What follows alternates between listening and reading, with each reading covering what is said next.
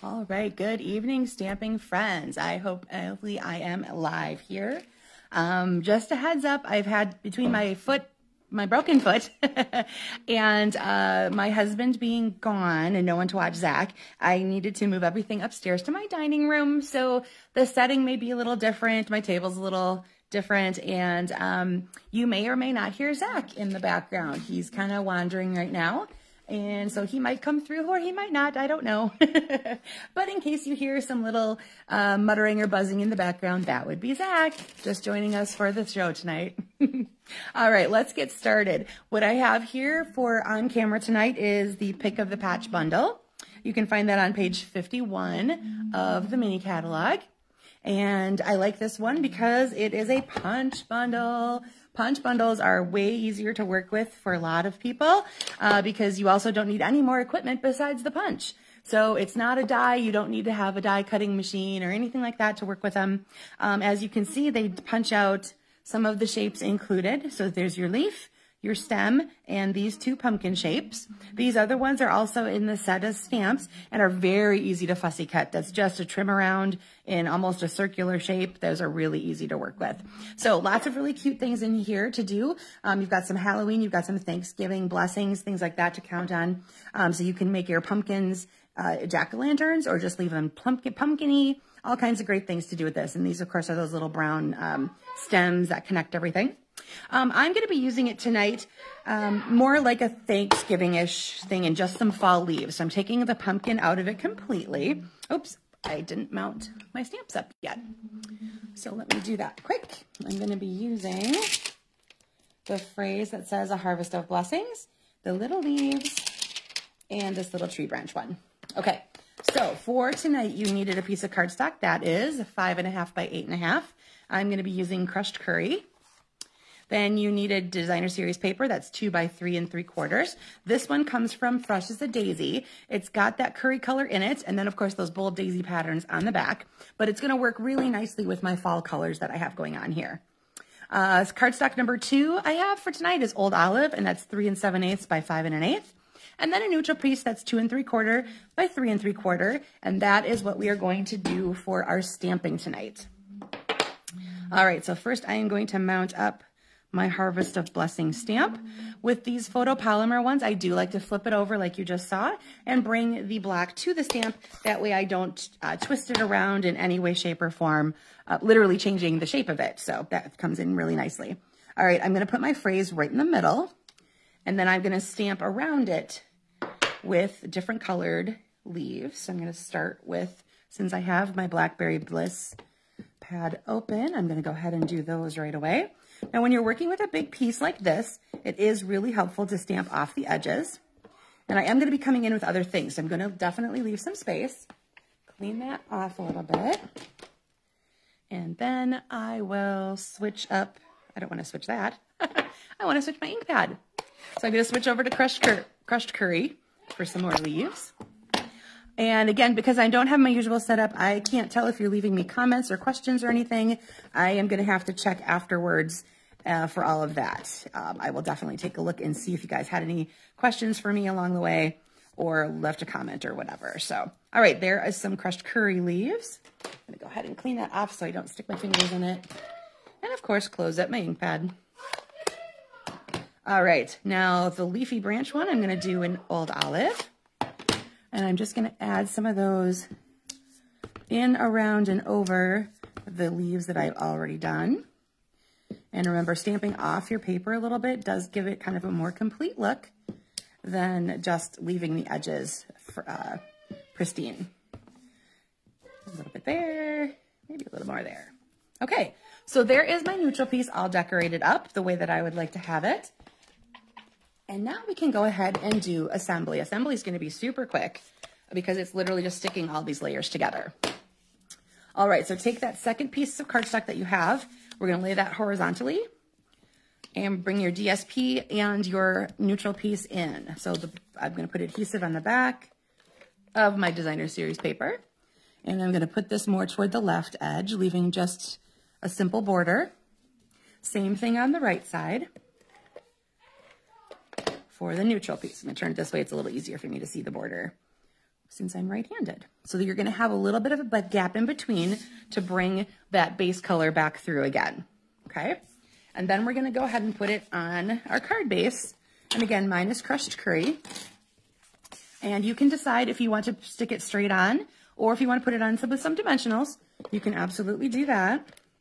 Oh, I see my dining room table lights might be showing through. Sorry about that. All right, so there we go. And that is that. So very simple layout. I want to thank my fellow demonstrator, Connie Paustian, for showing me a card she had done that was very similar to this layout. I just loved it, thought it was super simple, but yet super pretty with this stamp set. So I totally copied the idea from her. So thank you, Connie. Really appreciate it. All right, let me show you a couple other samples I made. This one, I did go back to the Cheerful Daisies stamp set and DSP. So I used the daisies themselves in kind of different colors than you might think. So this is Copper Clay, Pretty Peacock, and Crushed Curry again. The Peacock I did stamp off once, so it's a little bit lighter. And then I added some of the speckled dots that are in the mini catalog in that copper color. Let's see, this also is still the Fresh as a Daisy DSP. The ones that are on the back side of the daisy pattern have these watercolor looks on the back of them. So I thought that one was kind of a fun idea.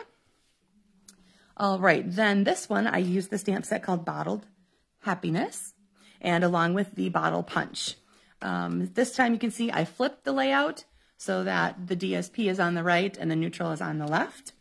I used that Bottled Happiness stamp set. It's a two-step. I didn't line them up perfectly. I kind of like the way that the modeled look looked.